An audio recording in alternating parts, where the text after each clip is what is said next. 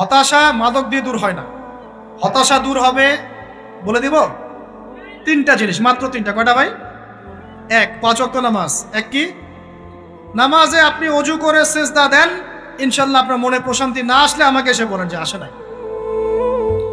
চোখের পানি, মনের আবেগ যা আছে আপনার ভিতরে, কষ্ট, দুঃখ, যন্ত্রণা, সব আল্লাহকে ঢেলে দিবেন ইনশাল্লাহ। নিজের আবেগ ধরে রাখবেন এখানে, আপনি আল্লাহর জন্য ঢেলে দিবেন।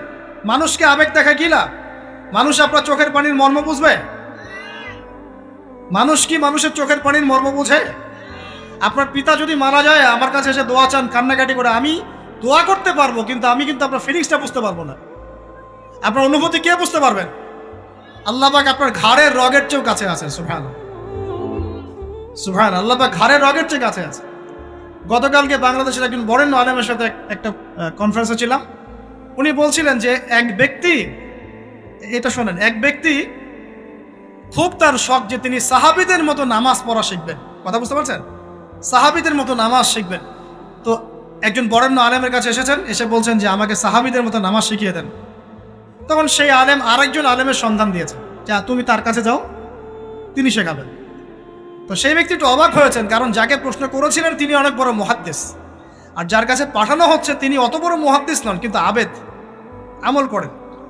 তাকে গিয়ে বলছেন উনি আমাকে পাঠিয়েছেন সাহাবীওয়ালা নামাজ শিখিয়ে দেন। তখন তিনি বলছেন ঠিক আছে, সুন্দর করে ওযু করে আসো, সুন্দর করে ওযু করে আসো। ওযু করার সময় খালি খেয়াল রাখবা যে আমি ওযু করছি শুধু আল্লাহর সন্তুষ্টির জন্য। কি খেয়াল রাখবেন?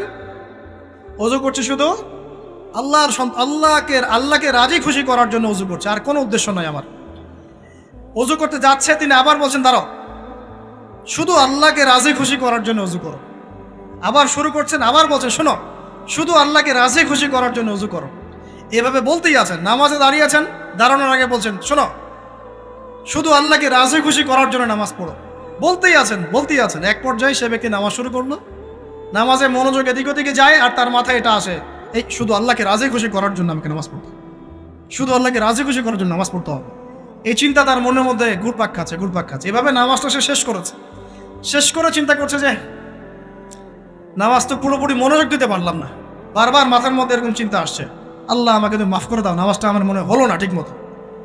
তখন সে ফিরে এসে তার সে ওস্তাদকে বলছেন, আমার তো নামাজ এরকম করে পড়লাম, কিন্তু শেষমেশ মনে হলো যে নামাজটা হয়তো কবুল হয় নাই, আল্লাহর কাছে খুব মাফ চাইলাম, আল্লাহ আমাকে মাফ করে দাও, নামাজটা মনে হলো না। তখন সেই যে প্রথম ব্যক্তি যিনি পাঠিয়েছেন তিনি বলছেন, এটাই হলো সাহাবীওয়ালা নামাজ। তারা আল্লাহকে রাজি খুশি করার জন্য নামাজ পড়তেন, নামাজ শেষ করে আল্লাহর কাছে ইস্তেগফার করতেন, আল্লাহ কিছুই হলো না, কিছুই হলো। আর কথা কি বুঝতে পারছেন? অতএব আল্লাহকে রাজি খুশি করার জন্যে আপনি আপনার আবেগ, আপনার ইবাদত সব ফেলে দিবেন, এটা অন্য কারো কাছে কিছু পাওয়ার আশা করুন। অতএব নামাজ আপনার মাদকের দিকে যাওয়া লাগবে না, নামাজই আপনার হতাশা দূর করে দেবে ইনশাআল্লাহ। 2 নাম্বার আমল হচ্ছে কোরআন তেলাওয়াত। যে ব্যক্তি কোরআন তেলাওয়াত করতে পারে নিয়মিত, তার মনের মধ্যে এই হতাশা, এই ভীরুতা, এই কাপুরুষতা কিচ্ছু আসবে না ইনশাআল্লাহ। আমি গ্যারান্টি দিচ্ছি আপনাকে, হতাশা আসবেই না আপনার মনে যদি আপনি কোরআন বুঝতে পারেন। কোরআনের একটা আয়াত নিয়ে কোনো সময় দেখা যায় 2-3 ঘন্টা সময় পার হয়ে যাচ্ছে, আয়াতটা ছেড়ে সামনে যেতে পারছি না। কোরআনের ভিতরে ঢুকলে আপনি দুনিয়ায় ভুলে যাবেন কি হচ্ছে আশপাশে। আমি এমন অনেক আলেমকে দেখেছি যে একটা বই, পাতলা একটা বই, আরবি বই নিয়ে পড়া শুরু করেছেন, যে ফজরের পরে জোহরের ওয়াক্ত হয়ে যাচ্ছে, বইটাই শেষ করতে পারেননি। বুঝতে পারবেন না? যখন আপনি ইলমের ভিতরে ঢুকে যাবেন, কোরআনের ভিতরে, হাদিসের ভিতরে, আপনার দুনিয়ার খেয়ালই নাই। একজন আলেম তিনি এক রাত্রে একটা বই লিখেছিলেন, চটি বই, এক রাত্রের মধ্যে। বলা হচ্ছে তার সম্পর্কে বলা হচ্ছে যে রাতের খাবার তাকে দেয়া হয়েছে, যে আপনি এটা খেয়ে নেন। তো খাবারটা পাশেই আছে, খাবারটা খাবো, এটা লিখে খাবারটা খাবো, এরকম তার চিন্তা ছিল। ফজর হয়ে গেছে, বই লেখাও শেষ, খাবার এই অবস্থায় পড়ে আছে, ডুবে গেছেন ভিতরে, খাওয়ার মাথায় তার খেয়াল নাই।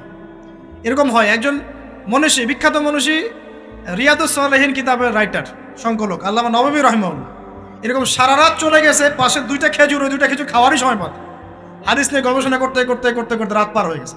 আমি বলতে চাচ্ছি, যখন ইলমের ভিতরে, কোরআন হাদিসের ভিতরে ঢুকে যাবেন, আপনার দুনিয়ার খেয়াল আপনার চলে যাবে ইনশাআল্লাহ। এই টেনশন, হতাশা, এই সেই বাদ। তখনই আল্লাহ পাক আপনাকে তার পক্ষ থেকে রহমত দিবেন, বরকত দিবেন, আল্লাহ আপনার দুনিয়ার কাজগুলো করে দিবেন ইনশাআল্লাহ। তখন দেখবেন কেউ আপনার দুনিয়ার ওই কাজটা করে দিয়েছে, কেউ ওই কাজটা করে দিয়েছে, কেউ বাসায় খাবার পাঠিয়ে দিয়েছে, আল্লাহ পাকই এগুলো করাই দিবেন ইনশাআল্লাহ। তো প্রিয় ভাইরা, মাদকে যাব না আল্লাহর কাছে আসবো? 2 নাম্বার কোরআন তেলাওয়াত, 3 নাম্বার আল্লাহর জিকির। 3 নাম্বার কি ভাই?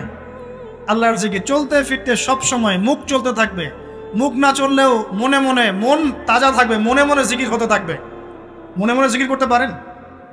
মুখ নড়বে না, কিন্তু মনে মনে আপনার একটা জিকির হতে থাকবে, সুবহানাল্লাহ বা আলহামদুলিল্লাহ, লা ইলাহা ইল্লাল্লাহ, আল্লাহু আকবার। পারা যাবে? পারে। মানুষের মন কখনো চুপ করে থাকে না, কিন্তু মানুষের মন অলওয়েজ কিছু না কিছু চিন্তা করতেই থাকে, করতে থাকে না, যতক্ষণ না ঘুমায় মানুষ। তো প্রিয় ভাইরা, বেশি বেশি জিকির করবো, সুবহানাল্লাহ, আলহামদুলিল্লাহ, লা ইলাহা ইল্লাল্লাহ, আল্লাহু আকবার, লা হাওলা ওয়ালা কুওয়াতা ইল্লা বিল্লাহ, এগুলো চলতে থাকবে। আল্লাহ পাক তৌফিক দান করুন, আমিন। আমরা আমাদের সমাজে যুবকদেরকে এরকম টিকটকে দেখছি, অনলাইনে আসক্ত দেখছি, জেনায় আসক্ত দেখছি, পর্নোগ্রাফিতে আসক্ত দেখছি। আমরা দেখছি আমাদের যুব সমাজকে মাদকে আসক্ত, কিশোর গ্যাংয়ে আসক্ত। এইগুলো কি আমাদের কাম্য ছিল ভাই? আমাদের কাম্য ছিল?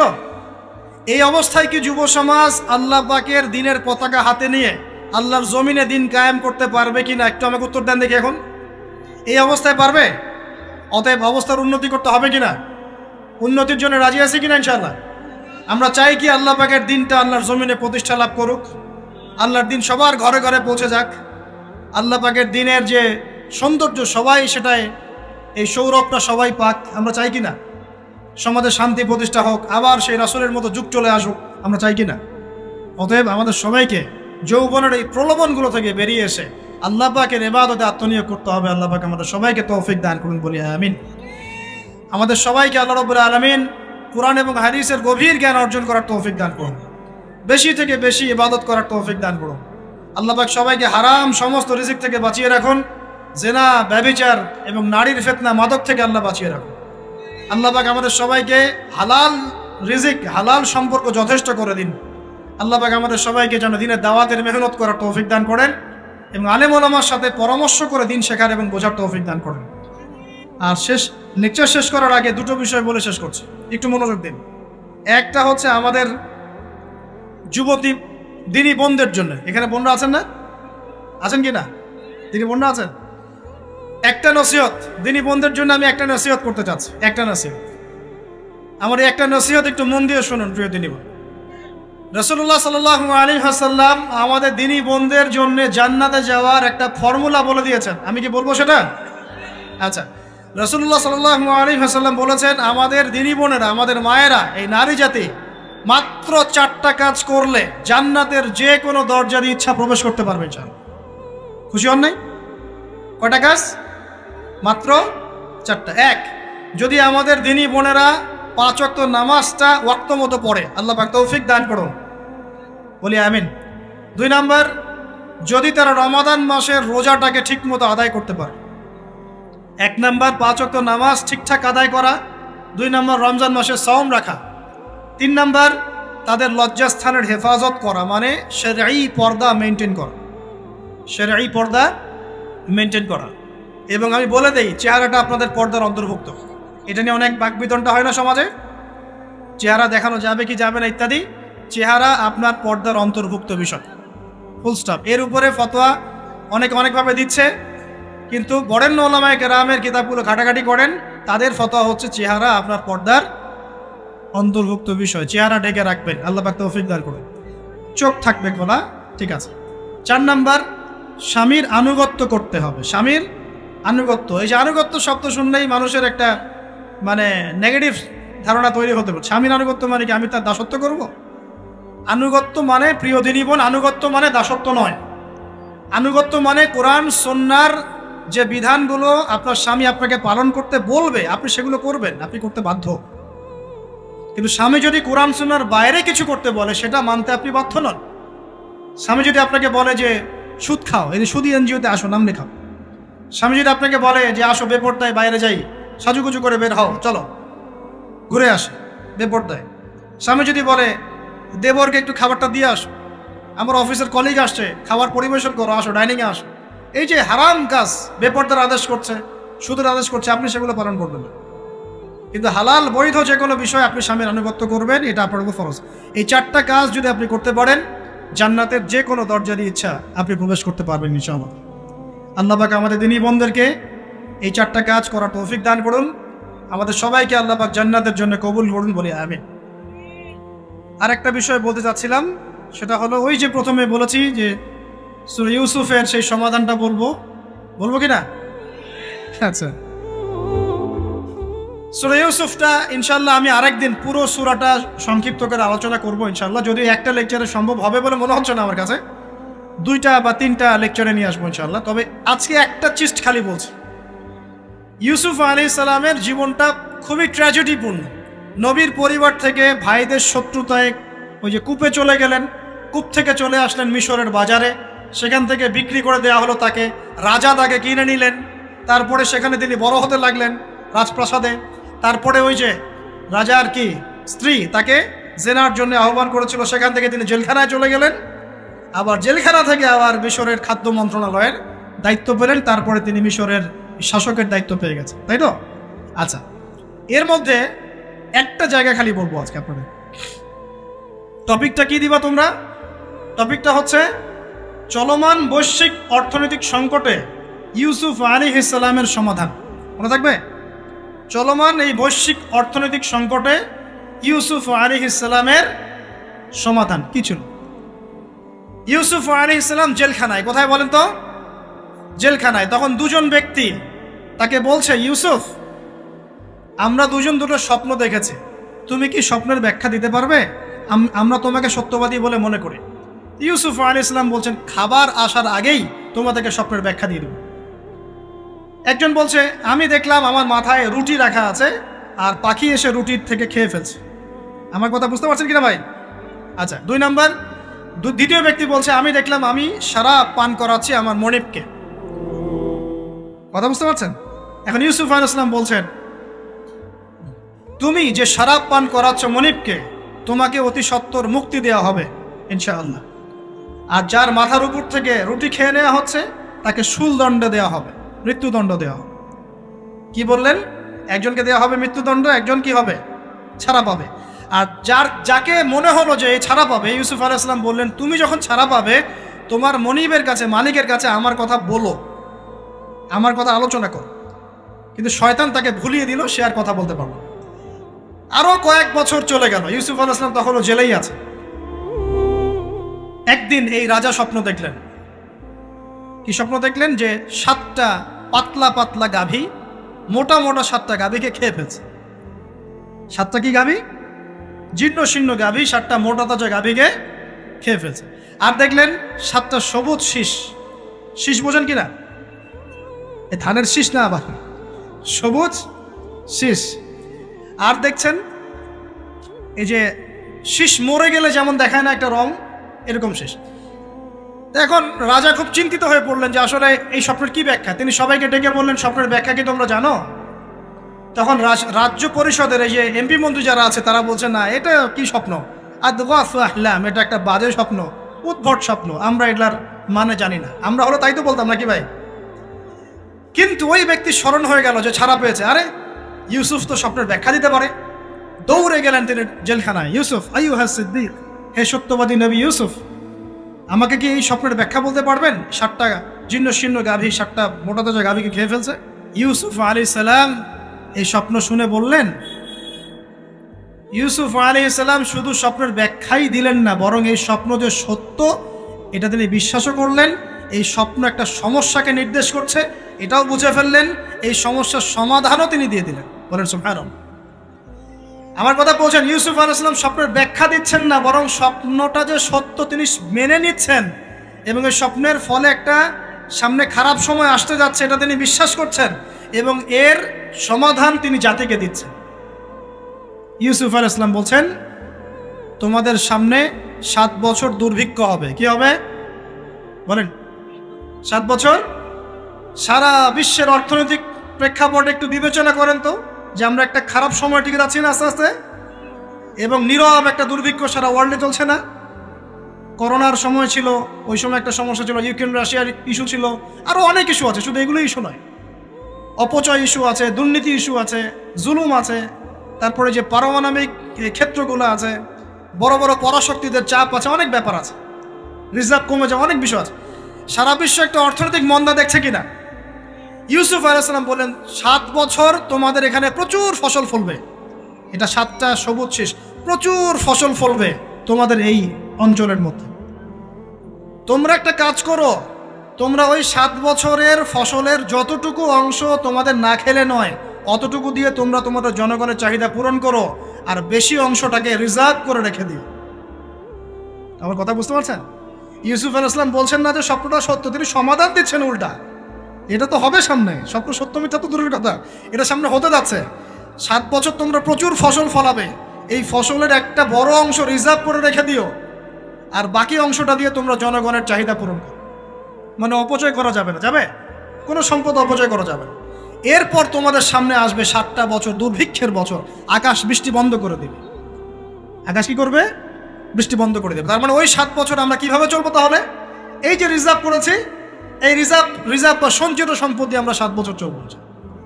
এরপরে আল্লাহ রাব্বুল আলামিন 8ম বছরে আকাশ থেকে বৃষ্টি বর্ষণ করবেন, আবার ফসল ফলবে। কথা কি বুঝতে পারছেন? এই ব্যাখ্যা অন্যরা দিতে পারলো না, ইউসুফ আলাইহিস সালাম দিতে পারলেন। এই ব্যক্তি দৌড়ে গিয়ে রাজাকে বলল, এই হলো স্বপ্নের ব্যাখ্যা। রাজা ইউসুফ এই স্বপ্নের ব্যাখ্যা দিয়েছেন। রাজা কত বিচক্ষণ ছিলেন, রাজা সত্য মিথ্যা চিনতেন। তিনি বুঝতেন যে আসলেই সত্য কাকে বলে, মিথ্যা কাকে বলে। এই আমার এমপি মন্ত্রীরা শোনো, তোমরা কেউ সমাধান দিতে পারো নাই, ইউসুফ সমাধান দিয়েছে। ইউসুফকে আমার কাছে নিয়ে আসো, আমি তাকে আমার কাছে নিকটে আসন দিব। বলেন সুবহানাল্লাহ। এবার ইউসুফ আলাইহিস সালামকে ডেকে তিনি সম্মানিত করলেন।